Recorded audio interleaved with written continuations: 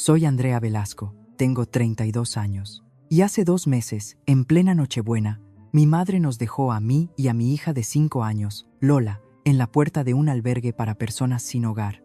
Lola abrazaba con fuerza su osito de peluche y me miró con sus grandes ojos. «Mamá, ¿hemos hecho algo malo?».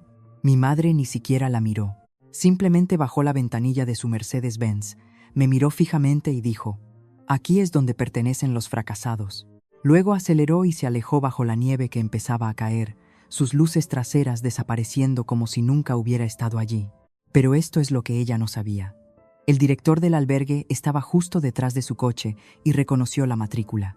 Antes de continuar, si encuentras esta historia interesante, por favor tómate un momento para dar me gusta y suscribirte, pero solo si realmente quieres saber qué pasó después. ¿Desde dónde nos ves y qué hora es allí? Deja un comentario y házmelo saber. Ahora, déjame llevarte 3 semanas antes de esa noche, al día en que recibí el correo electrónico que lo cambió todo. El 3 de diciembre comenzó como cualquier otro lunes. Lola estaba en el colegio y yo estaba en mi escritorio en Garrido y Asociados, cuadrando los informes trimestrales para un cliente que vendía accesorios de baño de lujo. Un trabajo glamuroso, lo sé. La bandeja de entrada sonó a las 14:47. Asunto: reestructuración organizativa con efecto inmediato.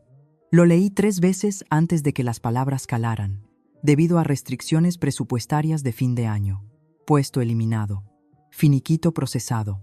Le deseamos lo mejor en sus futuros proyectos. 8 años. 8 años de horas extras, de salir tarde, de ser quien detectaba los errores decimales que habrían costado miles de euros a los clientes.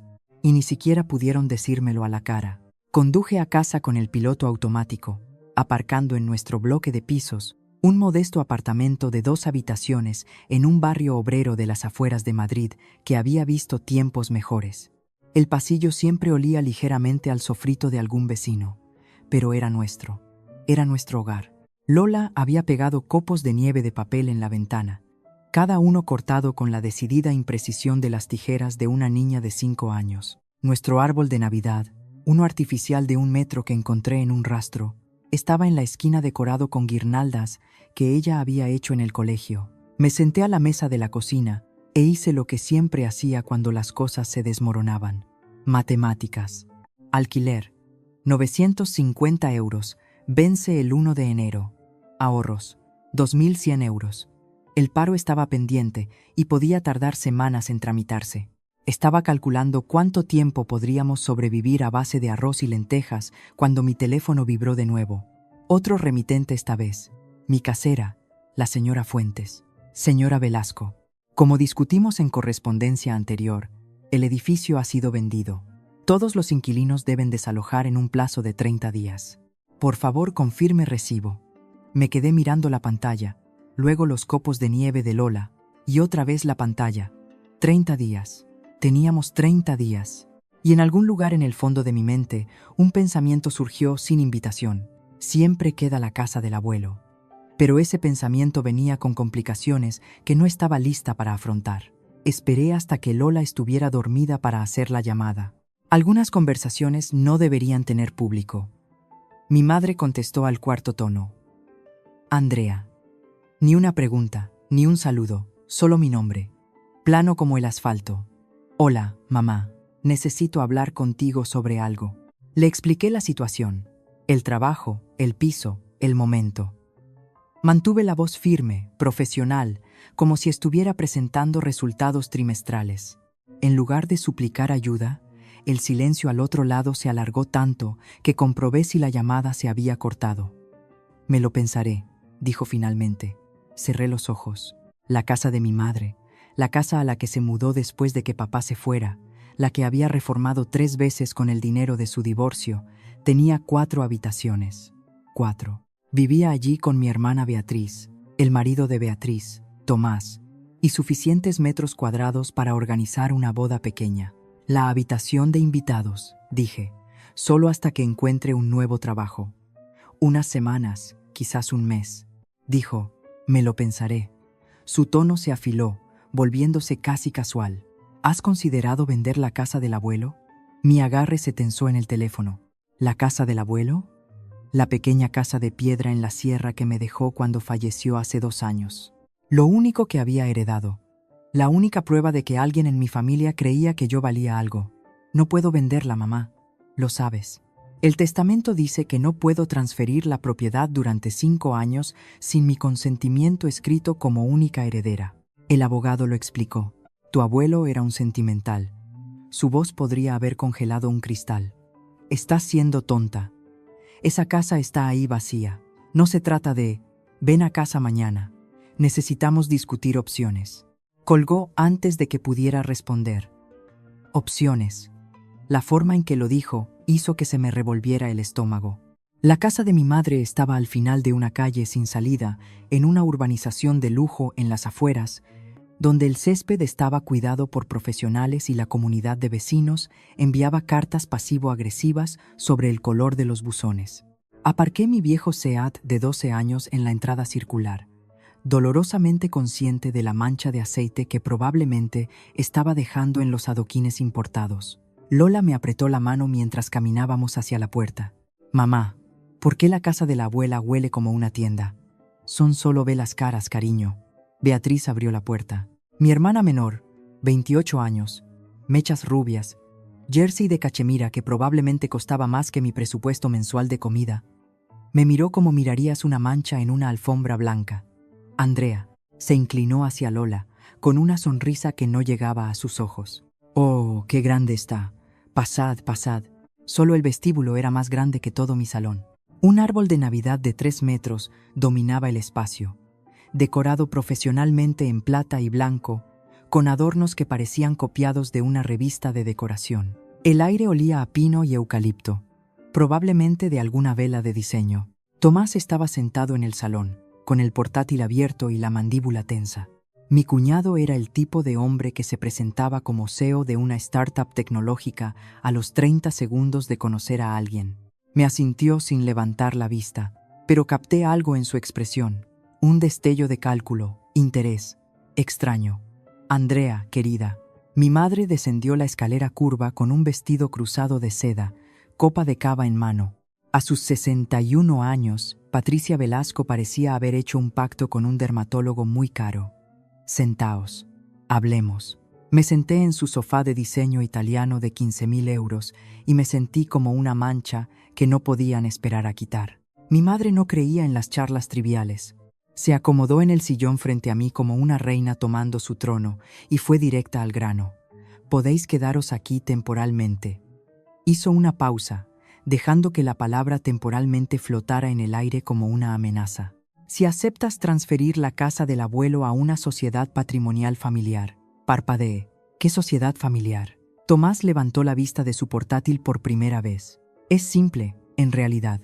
Una estructura legal que permitiría a la familia gestionar la propiedad colectivamente. Es más eficiente así.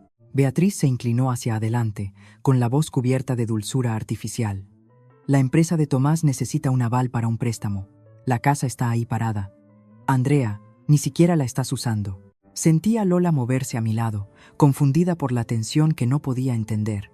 Puse mi mano en su rodilla. Está bien, cariño. Miré a mi madre. El abuelo me dejó esa casa a mí específicamente. Quería que yo la tuviera. Tu abuelo era un sentimental contigo. El labio de mi madre se curvó ligeramente. Siempre tuvo debilidad por los perdedores. La palabra golpeó como una bofetada. Perdedores. Como si amarme fuera un defecto de carácter. El testamento tiene una cláusula de protección, dije, manteniendo la voz nivelada. Ninguna transferencia de propiedad durante 5 años sin mi consentimiento explícito por escrito. El notario lo explicó claramente. El abuelo añadió esa provisión específicamente para evitar que la familia ayude a la familia, interrumpió Beatriz. Eso es paranoico. Miré a mi hermana, realmente la miré, y vi desesperación parpadeando bajo el tratamiento estético. La startup de Tomás debía estar en peor forma de lo que pensaba. No voy a firmar nada. Mi madre dejó su copa de cava con un clic preciso. Entonces, no puedo ayudarte. Arréglatelas tú sola. Mientras recogía el abrigo de Lola, escuché a Tomás susurrarle a Beatriz detrás de nosotros. Dale una semana. Volverá arrastrándose. Sostuve la mano de Lola más fuerte, y salí por la puerta. Las siguientes 2 semanas se difuminaron en una neblina de correos de rechazo y números menguantes.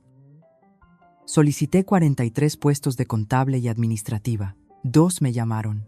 Ambos dijeron que mantendrían mi currículum en archivo. Lenguaje corporativo para no nos contactes de nuevo. El problema de buscar trabajo en diciembre en España es que nadie contrata antes de las fiestas. Todo el mundo funciona con servicios mínimos intentando cerrar el año fiscal. Vuelve a preguntar en enero, decían todos, como si el alquiler de enero se pagara solo. Mis ahorros se desangraron. Los 2.100 euros se convirtieron en 1.600 euros después de la compra.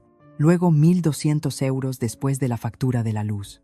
Luego 900 euros después de intentar dar una fianza para un nuevo apartamento, denegado porque no podía proporcionar nóminas.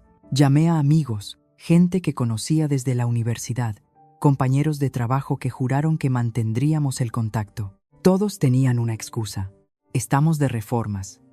Viene mi suegra. Nuestro contrato no permite invitados a largo plazo.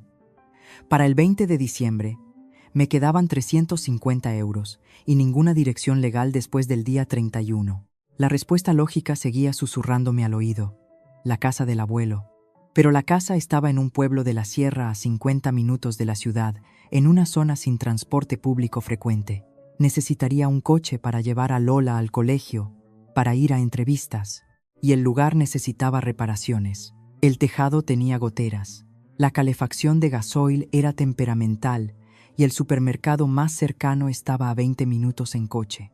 No era una solución, era una trampa disfrazada de refugio. La Nochebuena llegó con lluvia helada y una última opción desesperada. Me tragué lo que quedaba de mi orgullo y llamé a mi madre. Por favor, dije, solo hasta que encuentre trabajo. Lola no entiende por qué tenemos que dejar nuestra casa. El silencio duró 3 latidos. Bien, dijo mi madre, os recojo a las 6. Debería haber sabido que no debía sentir alivio. El Mercedes apareció exactamente a las 18. Mi madre no era nada sino puntual. Lola rebotaba sobre sus talones a mi lado, abrazando su osito. ¿Nos lleva la abuela a su casa? ¿Habrá chocolate caliente? Ya veremos, cariño. Cargué nuestra maleta. Una sola maleta con todo lo que importaba. En el maletero, el interior de cuero olía a coche nuevo y al Chanel número 5 de mi madre. Una matrícula personalizada brillaba bajo la luz de la farola. Condujimos en silencio por calles resplandecientes con luces de Navidad. Lola pegaba la nariz a la ventana, contando Papá Noeles inflables. Observé la ruta y lentamente un nudo frío se formó en mi estómago. Este no era el camino a la urbanización. Mamá, ¿a dónde vamos? Ella no respondió. El coche giró hacia una zona industrial, pasando escaparates cerrados y un bar con rejas en las ventanas. Finalmente, se detuvo frente a un edificio de ladrillo de 3 pisos. Un cartel pintado a mano sobre la puerta decía: Centro de Acogida Nuevo Amanecer. Mamá, mi voz salió extraña. ¿Qué es esto? Ella pulsó un botón y la ventanilla bajó. El aire frío entró de golpe. Aquí es donde pertenecen los fracasados. Lo dijo sin girarse, sin mirar a Lola, sin una pizca de duda. Quizás unas noches aquí te enseñen a tomar mejores decisiones, abuela. La voz de Lola era pequeña. ¿Hicimos algo malo? Mi madre no respondió. Ya estaba haciendo gestos para que saliéramos. No recuerdo haber abierto la puerta. No recuerdo haber sacado nuestra maleta del maletero. Solo recuerdo estar de pie en la acera bajo la lluvia helada, sosteniendo la mano de Lola, viendo las luces traseras desaparecer en la esquina, y luego una voz detrás de mí, tranquila y profunda. Esa matrícula. Conozco ese coche. Me giré. Un hombre con un abrigo azul marino estaba en la puerta del albergue, mirando la calle donde mi madre se había desvanecido. El hombre dio un paso adelante hacia la luz del porche. Tenía unos 50 y tantos años, con hilos de plata en su cabello corto y el tipo de rostro que sugería que había visto suficientes dificultades para reconocerlas en otros. Lo siento, dijo, sus ojos moviéndose de mí a Lola. Eso fue difícil de presenciar. Por favor, entrad. Soy Marcos Villafranca, el director de este centro. El calor del edificio nos golpeó como un abrazo. No era lujoso. Suelos de terrazo desgastados, luces fluorescentes, el leve olor a limpiador industrial y sopa de verduras. pero estaba seco y era seguro, y en ese momento eso era suficiente. Marcos nos llevó a una pequeña oficina, llena de archivos y dibujos de niños pegados en las paredes. Hizo preguntas amables. Nuestros nombres, cuánto tiempo necesitábamos quedarnos, si teníamos necesidades médicas inmediatas. Respondí con el piloto automático, la mitad de mi cerebro todavía congelada en esa acera. Aquí es donde pertenecen los fracasados, Andrea. La voz de Marcos me trajo de vuelta. Necesito preguntarte algo, y espero que me perdones si parece atrevido. La mujer que os dejó, Patricia Velasco, ¿cuál es tu relación con ella? Tragué saliva. Es mi madre. Algo cambió en su expresión. Se reclinó en su silla, uniendo las yemas de los dedos. La señora Velasco es miembro del patronato de la Fundación Puerto de Esperanza, dijo lentamente. Es la organización sin ánimo de lucro que financia parcialmente este albergue. Hizo una pausa. Yo soy el donante fundador. Le miré fijamente. No entiendo. Ese Mercedes.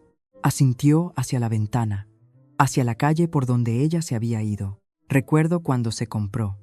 80.000 euros cargados al presupuesto de acción social de la fundación. Su mandíbula se tensó. Se suponía que iba a ser una furgoneta para transportar a las personas sin hogar a citas médicas. De alguna manera se convirtió en un vehículo de lujo personal. La habitación pareció inclinarse. He estado esperando pruebas, dijo Marcos en voz baja. Creo que acabas de dármelas. Nuestra habitación era pequeña. 2 camas individuales con estructuras de metal, una mesilla, una ventana que daba a un callejón. Alguien había puesto un diminuto árbol de Navidad artificial en la esquina, no más alto que Lola, decorado con estrellas de papel. Mamá. Lola se sentó en el borde de su cama, con el osito apretado contra su pecho. ¿Es esta nuestra nueva casa? Me arrodillé a su lado, apartándole el pelo de la frente. Es temporal, cariño. Solo hasta que mamá arregle algunas cosas. Ella consideró esto con la grave seriedad que solo una niña de 5 años puede reunir. Luego metió la mano en su mochila, la de princesas que había insistido en traer, y sacó un trozo de cartulina doblado. Hice esto en el cole para ti. Lo desdoblé con cuidado. Líneas de cera, letras temblorosas, una casa para mamá. En el dibujo, una casita amarilla estaba bajo un sol sonriente. 2 figuras de palo estaban frente a ella, una alta, una pequeña, cogidas de la mano. Se me cerró la garganta. Es precioso, cariño. La profe dijo que dibujáramos lo que queríamos que nos trajera Papá Noel. Lola señaló la casa amarilla. Quiero una casa de donde nadie nos pueda echar. La abracé fuerte para que no viera mi cara, porque no podía dejar que me viera llorar. Había pasado 2 semanas manteniéndome entera con nada más que terquedad y matemáticas. Y ahora, sentada en la cama de un albergue en Nochebuena, finalmente me rompí. Lloré en silencio, con la cara enterrada en su pelo, mientras Lola me daba palmaditas en la espalda como la había visto hacer con su osito cuando fingía que estaba triste. Cuando finalmente se durmió, me senté a verla respirar, e hice una promesa, no en voz alta, sino en algún lugar profundo donde viven las promesas. Nunca dejaré que nadie te haga sentir que no vales nada. Mi teléfono vibró. Un mensaje de Beatriz. Te has buscado esto tú sola. No nos contactes de nuevo. Puse el teléfono boca abajo y miré las estrellas de papel en el arbolito hasta la mañana. La mañana de Navidad en un albergue es más silenciosa de lo que esperarías. Los voluntarios vinieron con regalos donados para los niños. A Lola le dieron un libro para colorear y un conejo de peluche, al que inmediatamente llamó Copo de Nieve. No preguntó por la casa de la abuela ni por el chocolate. No preguntó por nada en absoluto. Eso fue peor de alguna manera. Alrededor del mediodía, mientras Lola coloreaba a mi lado en la sala común, cometí el error de abrir Instagram. La última publicación de Beatriz llenó mi pantalla. Una foto montada profesionalmente frente al árbol de Navidad de 3 metros de mi madre. Patricia en cachemira crema. Perlas en su garganta. Beatriz con un vestido de terciopelo rojo. El brazo de Tomás alrededor de su cintura. Los 3 sonriendo como un catálogo de Navidad familiar de ricos. Pie de foto. Agradecida por la familia. Feliz Navidad de los Velasco. Hice zoom, incapaz de detenerme. 6 calcetines colgados de la chimenea de mármol. Patricia, Beatriz, Tomás. Bebé 2026. Beatriz estaba embarazada, y 2 nombres más que no reconocí. Perros quizás. Ninguno decía Andrea, ninguno decía Lola. Los comentarios lo hacían peor. Hermosa familia. Viviendo el sueño, metas de familia. Y luego, desde la cuenta verificada de la Fundación Puerto de Esperanza, felices fiestas a nuestra dedicada miembro del patronato, Patricia Velasco. Su generosidad nos inspira a todos. Me reí. Un sonido feo que hizo que Lola levantara la vista de su dibujo. Mamá, ¿qué tiene gracia? Nada, cariño, solo una foto tonta. Pero nada de eso tenía gracia. Mi madre había pasado la Nochebuena tirando a su hija y nieta en un albergue. Luego pasó la mañana de Navidad posando para fotos que la harían parecer una santa. Y el mundo la aplaudía. Cerré Instagram y vi a Lola colorear su conejo de morado. Copo de nieve. Había decidido. Era un conejo mágico que vivía en un castillo donde nadie podía ser malo. Deseé poder vivir allí también. Marcos me encontró a la mañana siguiente, sentada sola en el pequeño patio del albergue, viendo mi aliento empañarse en el aire frío. Me dio una taza de café de verdad, no del tipo aguado institucional, y se sentó en el banco a mi lado. Hice algunas comprobaciones, dijo, después de que me dijeras tu nombre anoche. Envolví mis manos alrededor de la taza, sin decir nada. Patricia Velasco se unió al patronato de la fundación hace 3 años. Donó 50.000 euros para conseguir el puesto. Es la entrada estándar para donantes ricos que quieren un asiento en la mesa. Hizo una pausa. Desde entonces ha habido irregularidades. El coche, ese es el más obvio, pero hay otros. Informes de gastos que no cuadran. Una tarifa de consultoría pagada a una empresa que parece existir solo en papel. Metió la mano en su abrigo y sacó una hoja de papel doblada. Un correo de nuestra secretaria del patronato, Sara Domínguez, enviado a mí hace 6 meses. No actué entonces porque no tenía corroboración. Me lo entregó. Lo leí 2 veces, mi pulso acelerándose. Sara, Villafranca. Estoy preocupada por la compra del vehículo aprobada el último trimestre. Según la factura, debería ser una Ford Transit para Acción Social. Pero la matriculación que procesé ayer es para un Mercedes-Benz clase E y está a nombre de la señora Velasco personalmente, no de la fundación. ¿Por qué no hizo nada? Lo intenté. Solicité una auditoría en la siguiente reunión. Otros 3 miembros, todos amigos personales de tu madre, lo bloquearon. Dijeron que estaba siendo paranoico, que Patricia Velasco era un pilar de la comunidad. Su voz se endureció. Pero según nuestros estatutos, como donante fundador, tengo derecho a exigir una auditoría independiente si puedo presentar pruebas de mala conducta financiera. Me miró directamente. ¿Viste cómo te dejó aquí? Puedes testificar sobre su carácter. Y tengo este correo. ¿Qué me estás pidiendo hacer? Te estoy preguntando si quieres ayudarme a detenerla. Antes de que pudiera responder a Marcos, mi teléfono sonó. Número desconocido, pero el prefijo era local. Señorita Velasco, soy Jennifer Roig, del bufete Baxter y Asociados. Llamo en nombre de la Sociedad Patrimonial Familia Velasco. Me alejé de Marcos, con el corazón martilleando. No sé nada de ninguna sociedad familiar. Ya veo. Bueno, recibirá un burofax en breve, pero quería hacerle una llamada de cortesía. Su voz era crujiente, profesional, totalmente desprovista de calidez. La sociedad solicita que ceda la propiedad en calle del Olmo 42, la antigua residencia de su abuelo, para facilitar la consolidación del patrimonio familiar. Si cumple dentro de 14 días, la sociedad está preparada para ofrecerle una compensación única de 10.000 euros. 10.000 euros por una casa tasada en 350.000, sino firmo. Hice una pausa. La sociedad se verá obligada a explorar otras vías legales. Las disputas de propiedad pueden ser prolongadas, costosas y estresantes para todas las partes involucradas, especialmente aquellas con recursos limitados. La amenaza flotó en el aire como humo. No voy a firmar nada. Esa es su elección, por supuesto, pero... Señorita Velasco. Su tono se suavizó en algo casi lastimero. Considere su situación. Está desempleada. Vive en un albergue con una niña pequeña. Una batalla legal sería difícil para usted. La oferta es más que generosa dadas las circunstancias. Colgué sin despedirme. Cuando me di la vuelta, Marcos me observaba con ojos conocedores. Están dando vueltas como buitres, dije. Mi madre, mi hermana, quieren la casa de mi abuelo para que Tomás pueda usarla como aval para un préstamo. Me ofrecieron 10.000 euros por una propiedad que vale casi 400.000. Creen que estoy lo suficientemente desesperada para aceptarlo. Marcos guardó silencio un momento. Luego, ¿lo estás? Pensé en el dibujo de Lola. Una casa de donde nadie nos pueda echar. No, dije. Estoy lo suficientemente enfadada para pelear. 2 días después, mi hermana llamó. Casi no contesté, pero una parte de mí, la parte que aún recordaba compartir habitación, pedirnos ropa prestada, quedarnos despiertas susurrando secretos, me hizo descolgar. Acepta, Andrea. La voz de Beatriz era más suave de lo que esperaba. Cansada. ¿Podemos hablar? ¿Hablar de verdad? Te escucho. El enfoque de mamá estuvo mal. Lo sé. Dejaros en ese albergue. Soltó un suspiro. Eso fue demasiado lejos. Esperé. Pero Andrea, tienes que entender. La empresa de Tomás. Las cosas están mal. Muy mal. Debe 500.000 euros. Los inversores se han retirado.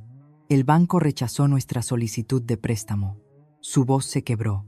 Si no soluciona esto, lo perdemos todo. La casa, los coches, nuestra vida entera. ¿Así que quieres que yo lo pierda todo en su lugar? No es así. Estaba llorando ahora, o cerca de ello. La casa está ahí parada, Andrea. Ni siquiera vives en ella. Necesitamos el aval. Una firma y Tomás puede asegurar el préstamo. La recuperarías eventualmente. Lo haría. Silencio. Beatriz.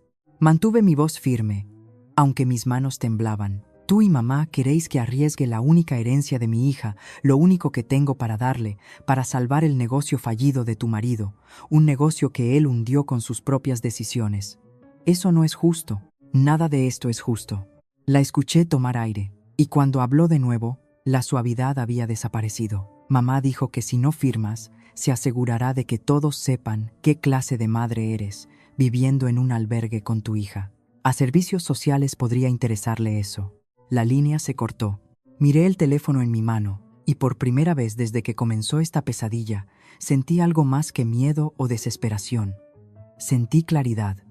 La amenaza de Beatriz no era vacía. 2 días después, descubrí exactamente qué significaban esas otras vías legales. Marcos me llamó a su oficina, con el rostro sombrío. Recibiste algo hoy. Quería que lo vieras conmigo presente. Era una impresión de un correo reenviado desde la cuenta administrativa del albergue. Un ciudadano preocupado había presentado un informe a los servicios de protección al menor, alegando que una mujer llamada Andrea Velasco estaba sometiendo a su hija menor a condiciones de vida inseguras e inestables al residir en un albergue. La dirección de correo del remitente era anónima, pero la firma al pie decía: enviado a través del portal de preocupación comunitaria de la Fundación Puerto de Esperanza. Mi madre estaba usando su propia caridad como arma contra mí. No pueden llevarse a Lola de verdad, ¿no? Mi voz salió más pequeña de lo que pretendía. No. El tono de Marcos era firme. Estás en un refugio de emergencia con licencia. Estás, bueno, buscando empleo activamente. Tu hija está alimentada, vestida, escolarizada. Servicios sociales investigará, pero no encontrarán nada procesable. Hizo una pausa. Ya he hablado con una trabajadora social que conozco. Ha aceptado acelerar la visita domiciliaria para que esto no cuelgue sobre ti. 3 días después, una mujer llamada Teresa apareció con un portapapeles y ojos amables. Habló con Lola sobre el colegio. Miró nuestra habitación, nuestras pertenencias, nuestras caras. Marcó casillas en un formulario. «Lo estás haciendo bien», me dijo en voz baja antes de irse. «Mejor que bien dadas las circunstancias». Pero señorita Velasco, miró hacia la puerta principal del albergue. Quienquiera que haya presentado este informe no lo está haciendo por preocupación por su hija. La queja se originó desde una dirección IP asociada a una organización sin ánimo de lucro en el centro, la Fundación Puerto de Esperanza. La habitación pareció estrecharse a mi alrededor. Mi madre no solo intentaba quitarme mi casa, intentaba quitarme a mi hija. Y de repente, la pregunta de Marcos de hace días resonó en mi mente. ¿Quieres ayudarme a detenerla? Sí, quería. Permíteme hacer una pausa aquí. Si estás pensando, esto no puede ser real, es una locura, lo entiendo. Yo lo viví y todavía me cuesta creerlo. Pero aquí es donde todo empezó a cambiar. Antes de continuar, ¿qué crees que debería haber hecho? ¿Firmar los papeles para mantener la paz o contraatacar? Házmelo saber en los comentarios. Y si aún no estás suscrito, ahora es un buen momento. La mañana después de la visita de servicios sociales, me senté frente a Marcos en su oficina con un bloc de notas y un plan formándose entre nosotros. He terminado de huir, dije. ¿Qué necesitamos? Marcos se inclinó hacia adelante. Los estatutos de la Fundación, artículo 7, otorgan al donante fundador el derecho a solicitar una auditoría independiente cuando hay evidencia documentada de impropiedad financiera. He tenido sospechas durante años, pero los amigos de Patricia en el patronato siempre me bloquearon. Ahora tengo el correo de Sara sobre el coche. Y te tengo a ti, a mí, una testigo de su carácter. Alguien que puede testificar que la mujer que acepta premios de filántropa del año abandonó a su propia nieta en un albergue en Nochebuena. Hizo una pausa. Pero necesitamos más. El correo por sí solo podría descartarse como un error administrativo. Necesitamos el permiso de circulación que pruebe que el coche está a su nombre, no de la fundación. Eso es registro público, ¿verdad? A través de la DGT. Correcto. Pero el trámite tarda unos días. Tamborileó en el escritorio. La gala anual de la fundación es dentro de 4 días. Ahí es donde le presentarán a Patricia el premio a la filántropa del año. 4 días. No es suficiente tiempo. Hay otra manera, dijo Marcos lentamente. Sara Domínguez, la secretaria que me envió ese correo original, todavía tiene acceso a los registros de la fundación, incluida la documentación interna de la compra del Mercedes. ¿Ayudaría? Ha estado buscando una razón para hacerlo. Patricia la trata como a una sirvienta. Lo he visto en las reuniones. La cuestión es si está dispuesta a arriesgar su trabajo. Pensé en Lola, dormida en nuestra pequeña habitación con su árbol de estrellas de papel. Pensé en la voz de mi madre. Aquí es donde pertenecen los fracasados. Llámala, dije. Averigüémoslo. Marcos descolgó el teléfono. Sara Domínguez aceptó reunirse con nosotros en una cafetería a 3 manzanas de la oficina de la fundación. Era más joven de lo que esperaba, unos 45 años, con manos nerviosas que no dejaban de reorganizar los cubiertos. No puedo ser vista con vosotros mucho tiempo, dijo, apenas tocando su café con leche. Patricia tiene ojos en todas partes. Si se entera de que estoy hablando con vosotros. Lo entendemos, dijo Marcos. Solo necesitamos saber si puedes acceder a la documentación original de la compra del Mercedes. Sara asintió bruscamente. La tengo. Guardé copias de todo después de que me hiciera archivar esos informes de gastos. Sabía que algo estaba mal, pero me miró. ¿Eres su hija? Sí. Habla de ti a veces en las reuniones. La voz de Sara bajó. No amablemente. Absorbí ese golpe y seguí adelante. ¿Puedes conseguirnos esos documentos antes de la gala? Ese es el problema. Las manos de Sara se tensaron alrededor de su taza. Patricia sabe que alguien ha estado haciendo preguntas. Convocó una reunión de emergencia del patronato ayer. Están reorganizando los registros financieros, lo que significa destruir cualquier cosa incriminatoria. La mandíbula de Marcos se tensó. Está cubriendo sus huellas. Hay más. Sara sacó su teléfono, nos mostró una pantalla. Presentó papeles ayer para transferir el Mercedes a nombre de la fundación, con fecha anterior, retroactiva a octubre. Mi estómago cayó. ¿Puede hacer eso? Tráfico lo procesará eventualmente. Pero, Sara miró a Marcos.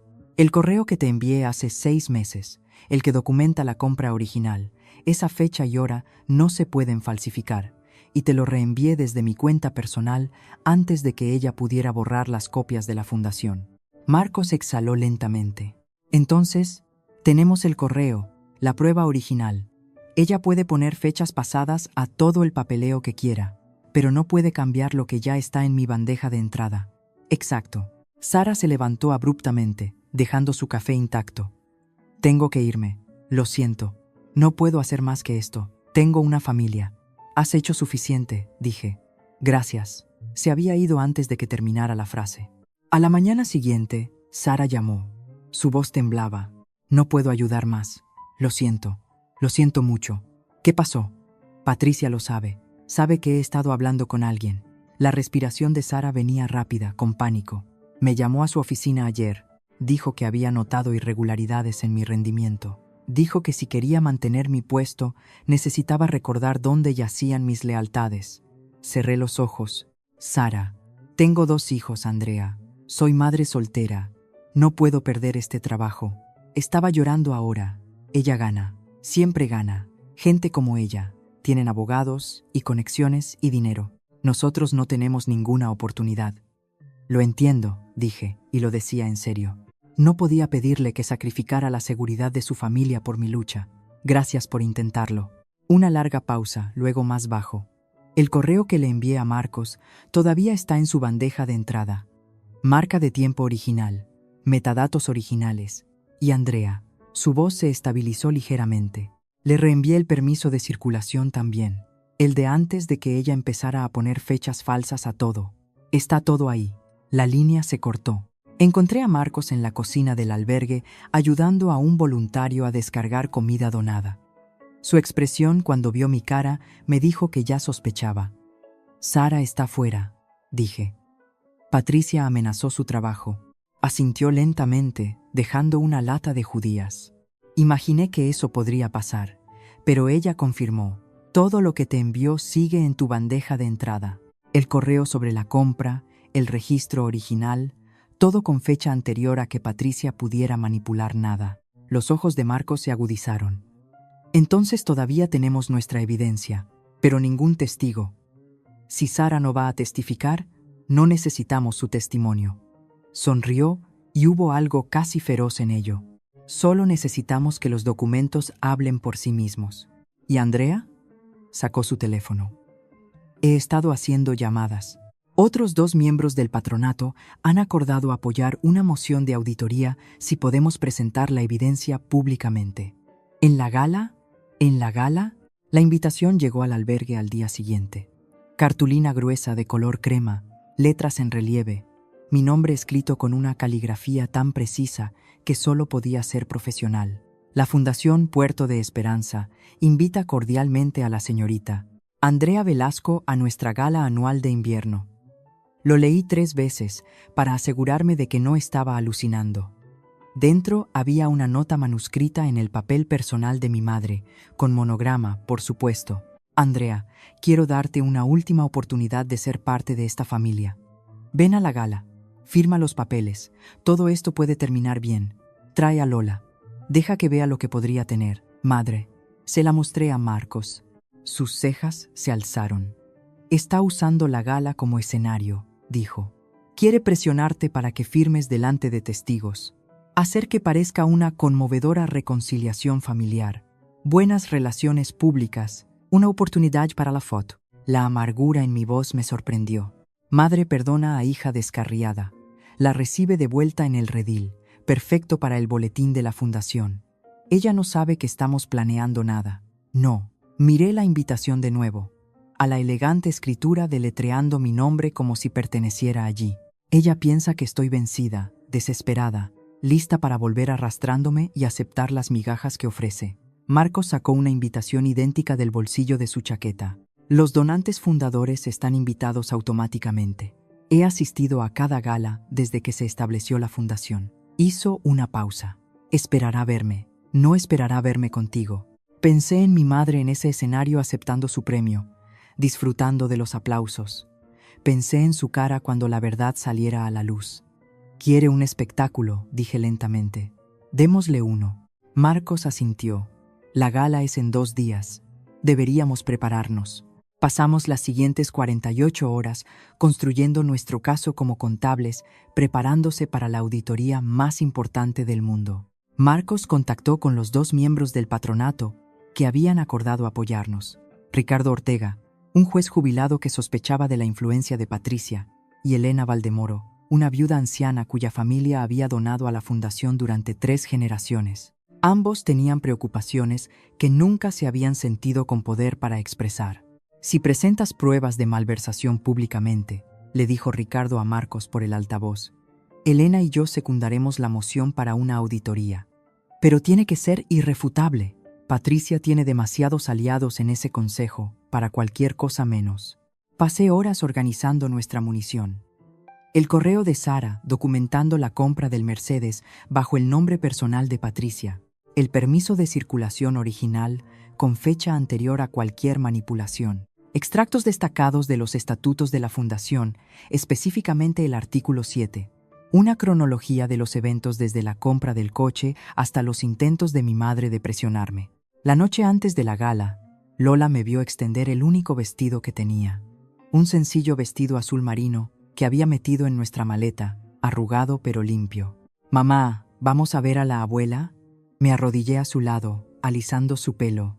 «Sí, cariño, vamos a una fiesta». «¿Será la abuela buena esta vez?» La pregunta rompió algo en mí. Mi hija de 5 años había aprendido a esperar crueldad de su abuela. Eso no era normal. Eso no estaba bien. «No lo sé», dije honestamente. «Pero pase lo que pase, necesito que sepas algo. El comportamiento de la abuela no es culpa tuya. Nunca fue culpa tuya. Y mamá se va a asegurar de que nadie nos trate así de nuevo». Lola consideró esto con sus ojos serios. Luego asintió y me dio su osito. «Para la buena suerte», dijo. Lo sostuve como una armadura. No podía dormir. Lola se había quedado dormida hace horas. Una mano curvada alrededor de Copo de Nieve, el conejo mágico, respirando suavemente en la cama del albergue junto a la mía. El árbol de Navidad de papel proyectaba sombras diminutas en la pared, y yo yacía despierta, mirando al techo, cuestionando todo. ¿Estoy haciendo lo correcto? Mi madre era difícil, fría, manipuladora, pero seguía siendo mi madre, la mujer que me enseñó a montar en bici, que hizo mis disfraces de carnaval cuando era pequeña, antes de que papá se fuera, antes de que se convirtiera en quien era ahora. Estaba realmente a punto de humillarla frente a todos los que conocía. Entonces recordé. Aquí es donde pertenecen los fracasados. La forma en que lo dijo, no enfadada, no emocional, solo como un hecho, como si estuviera declarando una verdad obvia, como si yo no fuera su hija, sino un problema del que deshacerse. Y el achara de Lola. Su vocecita, «Abuela, ¿hicimos algo malo?» No lo hicimos. Algo cambió dentro de mí. La duda retrocedió, reemplazada por algo más firme. No estaba haciendo esto por venganza, no estaba haciendo esto para herir a mi madre. Estaba haciendo esto porque Lola necesitaba ver que las personas que te tratan mal enfrentan consecuencias, que no tienes que aceptar la crueldad solo porque venga de la familia, que defenderte no es egoísta, es supervivencia. Mi madre había pasado años enseñándome que no era lo suficientemente buena, que yo era el fracaso, la oveja negra, y yo la había creído. Había pasado toda mi vida intentando demostrarle que estaba equivocada, pero ya no necesitaba su aprobación. No necesitaba la aprobación de nadie, solo necesitaba decir la verdad y dejar que los documentos hablaran. Cerré los ojos y finalmente dormí. La mañana de la gala, mi teléfono se iluminó con una cascada de mensajes de Beatriz. «Sé que vienes esta noche. No montes una escena. Solo firma los papeles, coge el dinero y desaparece. Es mejor para todos, incluida Lola». Los leí mientras desayunaba con Lola en el comedor del albergue. Café con leche y galletas. No respondí. Llegó otro mensaje. «Mamá va a recibir el premio a la filántropa del año esta noche. No se lo arruines. Ha trabajado duro para ello». Casi mi rey. Mi madre había trabajado duro comprando su camino a un consejo y malversando fondos destinados a los sin techo. Pero en el mundo de Beatriz, eso contaba como logro. Luego vino un mensaje final, y este me hizo pausar.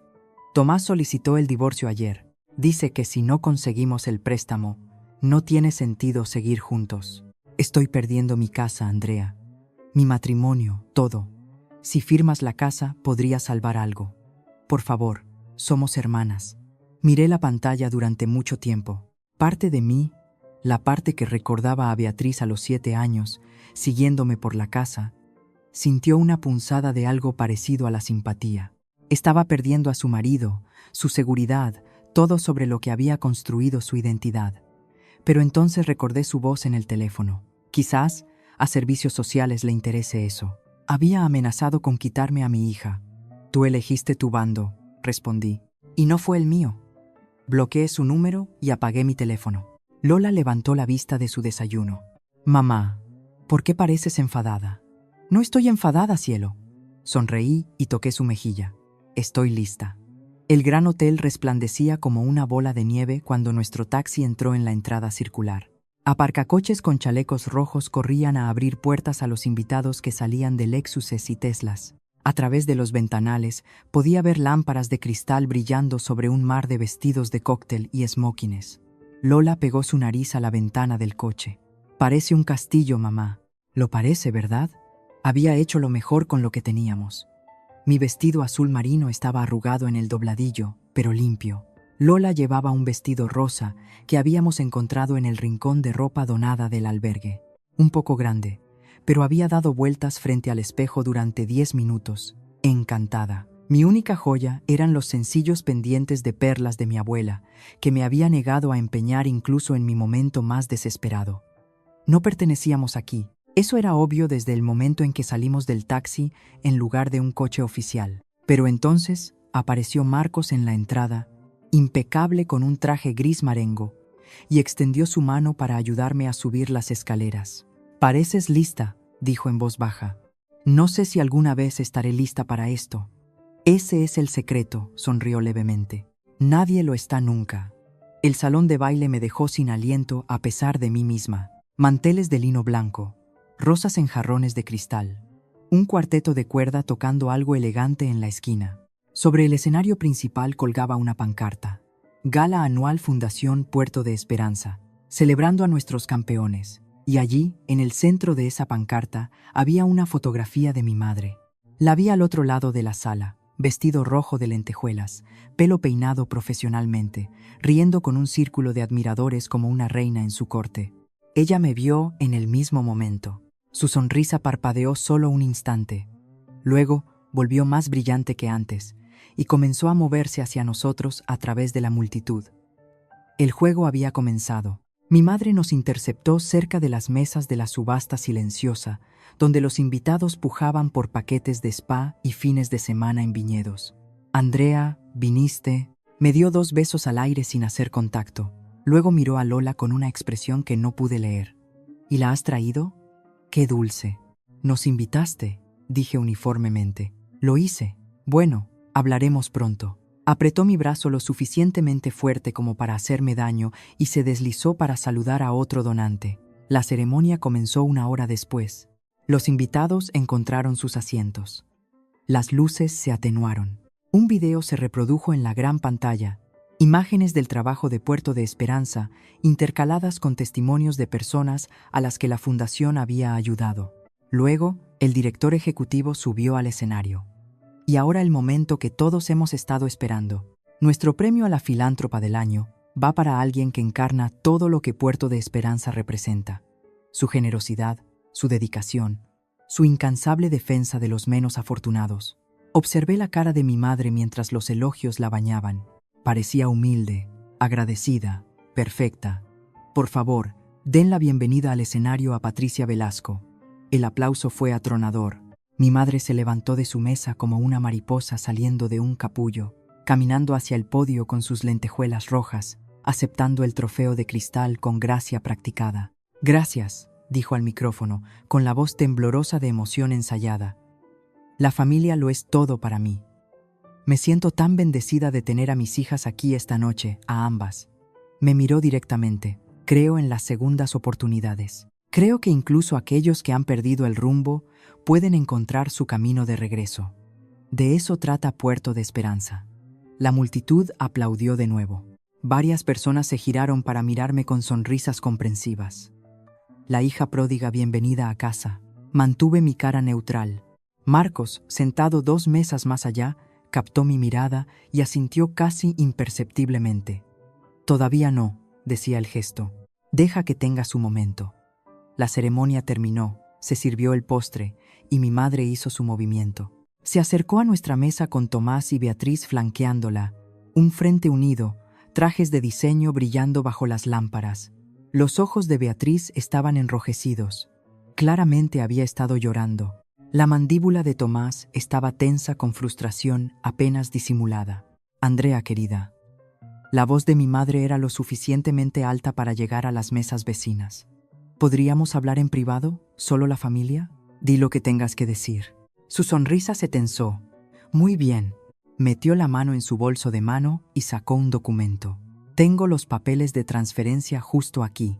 Fírmalos. Y todo esto termina esta noche. Te haré un cheque por 20.000 euros. Suficiente para volver a empezar. Empezar de cero en algún lugar. 20.000. Mantuve mi voz nivelada. Por una casa que vale casi 400.000. Es una oferta generosa considerando tus circunstancias. Miró intencionadamente alrededor de la sala. Estás desempleada, viviendo en un albergue. Seguramente quieres algo mejor para tu hija. Las cabezas se estaban girando ahora. Las conversaciones se pausaron. Podía sentir el peso de docenas de ojos. Mamá tiene razón. La voz de Beatriz se quebró. Solo fírmalo, Andrea. Termina esto. Somos familia. Tomás se inclinó más cerca, bajando la voz, pero no lo suficiente. Piensa en Lola. ¿Qué clase de madre arrastra a su hija por esto? ¿Un hogar estable o un albergue? Parece una elección fácil. Los murmullos a nuestro alrededor crecieron. Vi juicio en algunas caras, lástima en otras. Los ricos invitados de la fundación estaban viendo un drama familiar, y mi madre se había posicionado perfectamente. La matriarca preocupada intentando ayudar a su hija problemática. Lola tiró de mi manga. Mamá, ¿por qué todos nos miran? Apreté su mano. Todavía no, pensé. Solo un momento más. Y entonces, al otro lado de la sala, vi a Marcos levantándose de su asiento. Este era el momento en el que quería correr. Todos estaban mirando. Mi hija estaba confundida. Mi madre sonreía como si ya hubiera ganado. Pero a veces, el momento en el que te sientes más derrotada es exactamente cuando todo está a punto de cambiar. Si quieres saber qué pasó después, asegúrate de estar suscrito y de que la campanita de notificación esté activada, porque lo que Marcos dijo a continuación, nadie en esa sala lo vio venir. Marcos caminó hacia nosotros lenta y deliberadamente, sus zapatos pulidos resonando contra el suelo del salón. El cuarteto de cuerda había dejado de tocar. Las conversaciones murieron a mitad de frase. Disculpen, su voz se proyectó sin esfuerzo, la voz de un hombre acostumbrado a las salas de juntas. Antes de continuar, creo que hay un asunto que requiere la atención inmediata del patronato. La sonrisa de mi madre no vaciló, pero sus ojos se agudizaron. Marcos, este difícilmente es el momento para asuntos de la fundación. Al contrario, Patricia. Se detuvo a mi lado, enfrentándola. Creo que este es exactamente el momento. Metió la mano en su chaqueta y sacó un documento doblado. Como donante fundador de la Fundación Puerto de Esperanza, el artículo 7 de nuestros estatutos me otorga el derecho a solicitar una auditoría independiente cuando hay evidencia documentada de irregularidades financieras. Hizo una pausa, dejando que las palabras se asentaran sobre la sala silenciosa. Estoy ejerciendo ese derecho esta noche. Los murmullos estallaron. Los invitados intercambiaron miradas. En la mesa principal, vi a Ricardo Ortega y Elena Valdemoro inclinarse hacia adelante con gran atención. Esto es absurdo. La voz de mi madre se elevó. ¿A qué irregularidades te refieres? Marcos desdobló el papel. Tengo documentación que muestra que 80.000 euros de fondos de la fundación se usaron para comprar un vehículo personal, un Mercedes-Benz clase E. Levantó un segundo documento. Aquí está el permiso de circulación original, con fecha de hace 8 meses. Enumera al propietario como Patricia Velasco, no la Fundación Puerto de Esperanza. La sala se quedó en un silencio sepulcral. El rostro de mi madre perdió el color, pero su voz se mantuvo firme. Ha habido un malentendido. Ese vehículo es para el trabajo de acción social de la fundación. El registro dice lo contrario, señora Velasco. El tono de Marcos era casi gentil, y los correos del personal de la fundación confirman que la factura fue archivada incorrectamente de forma deliberada para oscurecer la compra. Al otro lado de la sala, vi a Elena Valdemoro ponerse de pie. Secundo la moción para una auditoría independiente, dijo, su voz cortando el silencio como un cuchillo. Me levanté. Cada ojo en la sala se giró hacia mí. Mi vestido azul marino, mis zapatos prestados, mi hija de 5 años sosteniendo mi mano. Nunca había parecido menos pertenecer a esta sala brillante, y nunca me había sentido más segura de lo que necesitaba decir. Tengo la correspondencia por correo electrónico confirmando esta compra, dije, mi voz firme, enviada por su propia secretaria del patronato hace 6 meses. Saqué el correo impreso de mi bolso, el que Sara había reenviado a Marcos, el que mi madre no podía borrar. Señor, Villafranca, leí en voz alta. Estoy preocupada por la compra del vehículo aprobada el último trimestre. Según la factura, debería ser una Ford Transit para acción social, pero la matriculación que procesé ayer es para un Mercedes-Benz clase E y está a nombre de la señora Velasco personalmente, no de la fundación. Jadeos recorrieron la multitud. Alguien en una mesa cercana susurró: «Dios mío». La compostura de Patricia finalmente se rompió. «Andrea». Su voz tembló. «¿Cómo puedes hacerle esto a tu propia madre?» «No te estoy haciendo nada a ti, mamá». Doblé el correo cuidadosamente. «Solo estoy leyendo lo que tu propio personal documentó». Tomás empezó a moverse hacia la salida, pero una voz lo detuvo en seco. «¿No es usted Tomás Méndez?» Un señor mayor en la mesa de al lado lo miraba fijamente. «El de la empresa que se declaró en concurso de acreedores el mes pasado. Lo vi en el boletín oficial». Tomás se congeló. Beatriz dejó escapar un pequeño sonido estrangulado. Ricardo Ortega se puso de pie. «Como miembro de este consejo, secundo la moción de la señora Valdemoro. Necesitamos una auditoría independiente completa de inmediato». Tercero, llamó otra voz desde el fondo. Mi madre estaba sola ahora. Tomás y Beatriz se habían retirado, el trofeo de cristal todavía agarrado en su mano manicurada. Los invitados que la habían aplaudido hace 10 minutos ahora susurraban detrás de sus manos, sus expresiones variando desde el shock hasta el disgusto. Los documentos habían hablado. Yo no había terminado. «Hay una cosa más que el patronato debería saber», dije. Y mi voz no vaciló sobre por qué la señora Velasco está tan interesada en la caridad últimamente. La sala, ya silenciosa, pareció contener la respiración. Mi abuelo, el padre de Patricia, falleció hace 2 años. Me dejó su casa en su testamento, una pequeña casa de pueblo, nada lujoso, valorada en unos 350.000 euros. Incluyó una cláusula específicamente indicando que la propiedad no podía ser transferida durante 5 años sin mi consentimiento explícito por escrito. Hice una pausa, dejando que eso calara.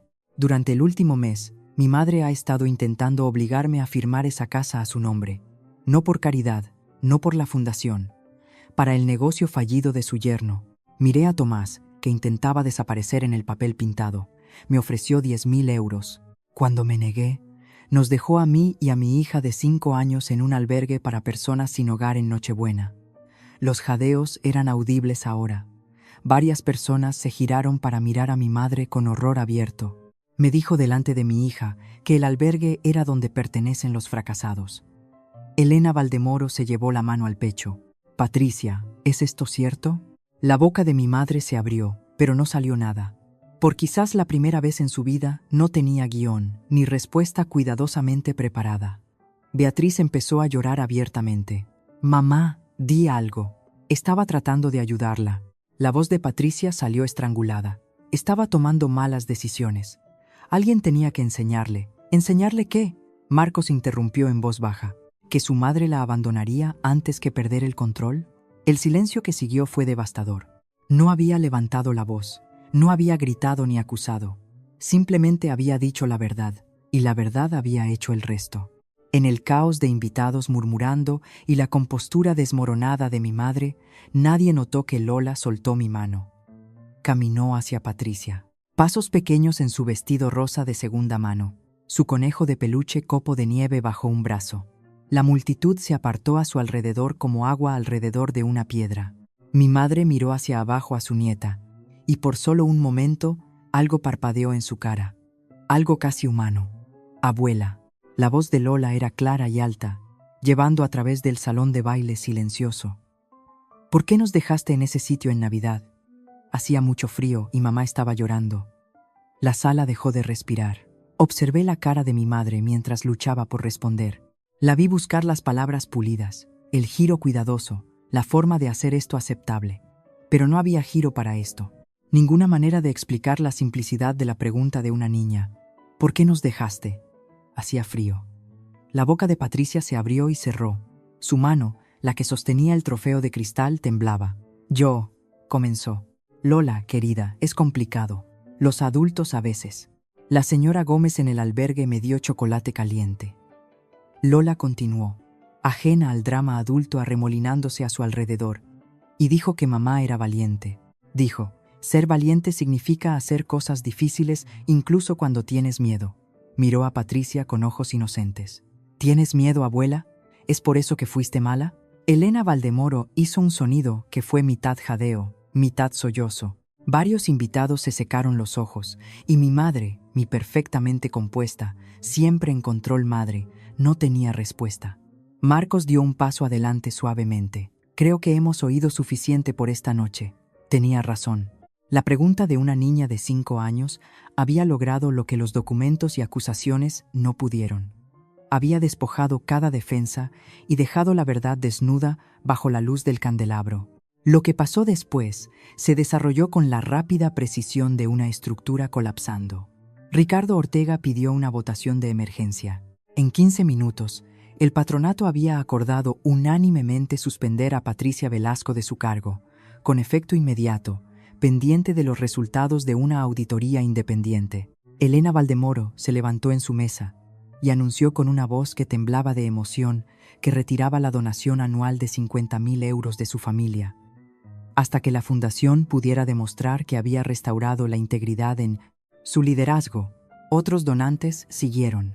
Para cuando la gala terminó oficialmente, casi 200.000 euros en contribuciones prometidas habían sido rescindidos. El asesor legal del patronato se acercó a mi madre con formalidad sombría. Sra. Velasco necesitará proporcionar documentación para la compra del vehículo dentro de 7 días. Si la auditoría confirma la malversación de fondos de la fundación, se le requerirá reembolsar 80.000 euros. Además, la remisión penal a la Fiscalía queda a discreción del Consejo. Mi madre se quedó congelada, el trofeo de cristal todavía en su mano mientras los invitados desfilaban sin mirarla a los ojos. Tomás ya había desaparecido. Más tarde supe que había pedido un Uber mientras yo hablaba y no había mirado atrás. Beatriz estaba sentada sola en su mesa, con el rímel corriéndole por las mejillas, abandonada por todos. Antes de irme, pasé junto a mi madre una última vez. Andrea. Su voz estaba ronca. ¿Cómo has podido? Me detuve, la miré. Realmente la miré, quizás por primera vez desde que era una niña. Yo no te he hecho esto, mamá. Te lo has hecho tú misma. Yo solo dije la verdad. Tomé la mano de Lola. Adiós, Patricia. El uso de su nombre de pila la golpeó como un golpe físico. Lo vi en su estremecimiento, en la forma en que su mano se tensó en ese trofeo sin sentido. Salimos al aire frío de la noche, y no miré atrás. Marcos nos alcanzó en el aparcamiento, su aliento empañándose en el aire de diciembre. Andrea, espera. Me giré. Lola ya medio dormida contra mi hombro, agotada por una noche que no entendía completamente. Lo que hiciste ahí dentro requirió coraje, dijo Marcos. Más coraje del que la mayoría de la gente tiene en toda una vida. Solo dije la verdad. Eso es exactamente lo que quiero decir. Hizo una pausa. Metió la mano en su chaqueta. Tengo una proposición para ti. No contestes esta noche. Piénsalo primero. Me entregó una tarjeta de visita. Simple, elegante.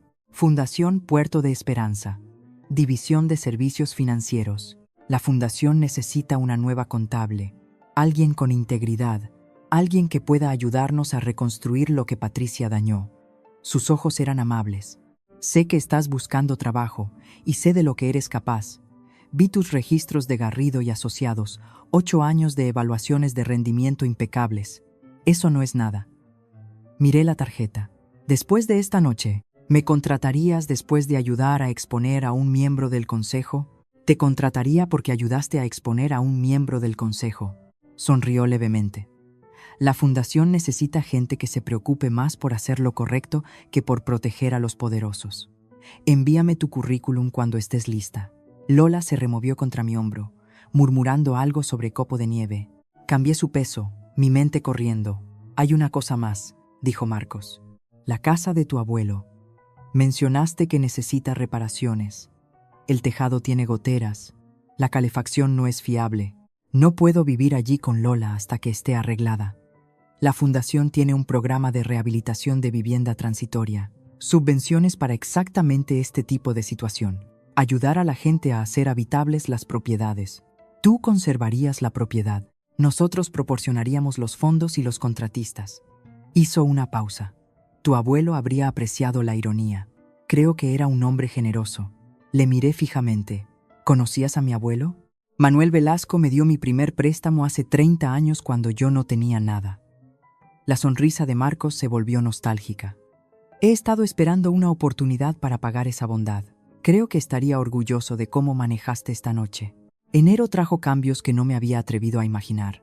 La casa del abuelo estaba al final de un camino tranquilo bordeado de robles desnudos en la Sierra de Madrid.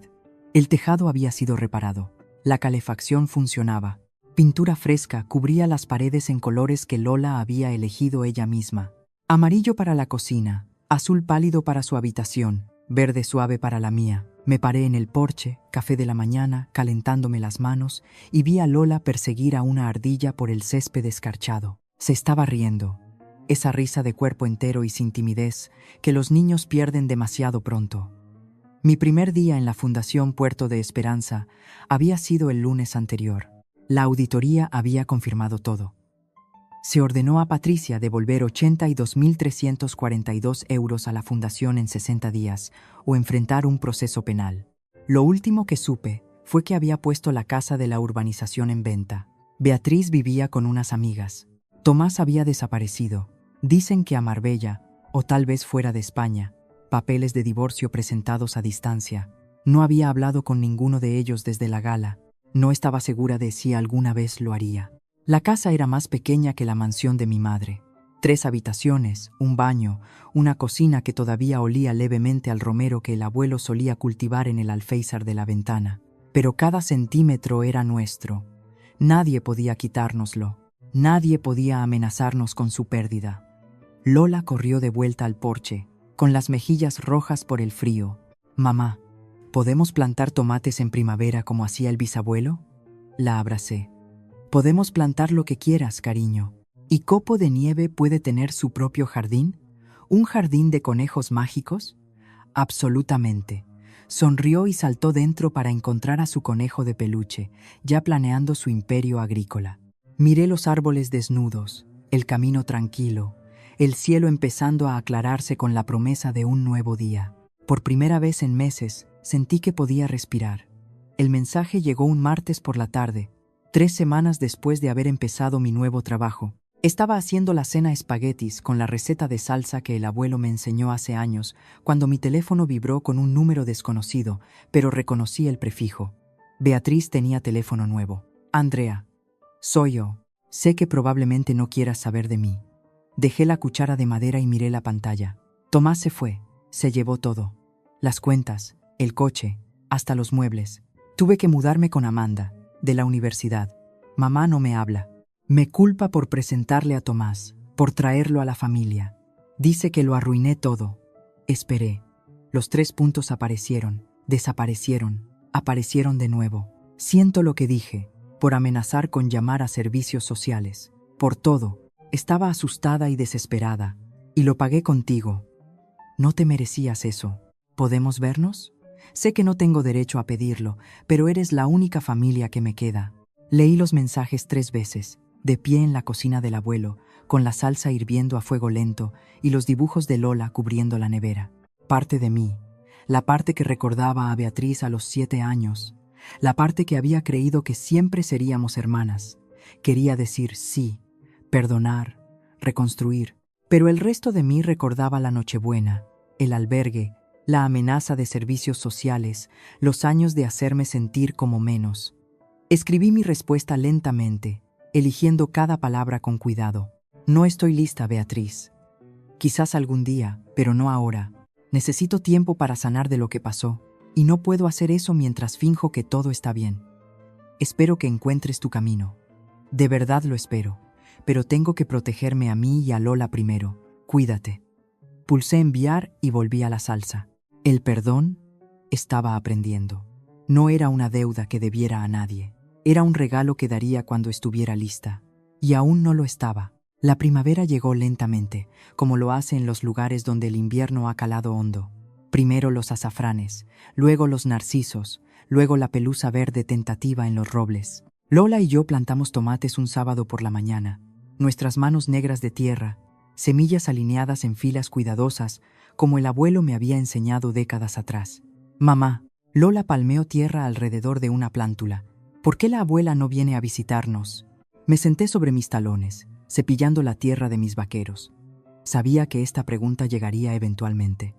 A veces, dije con cuidado, las personas que amamos toman decisiones que nos duelen. Y cuando eso pasa, está bien amarlas desde lejos, mantenernos a salvo mientras esperamos a ver si cambian. Lola consideró esto, su cara de 5 años seria.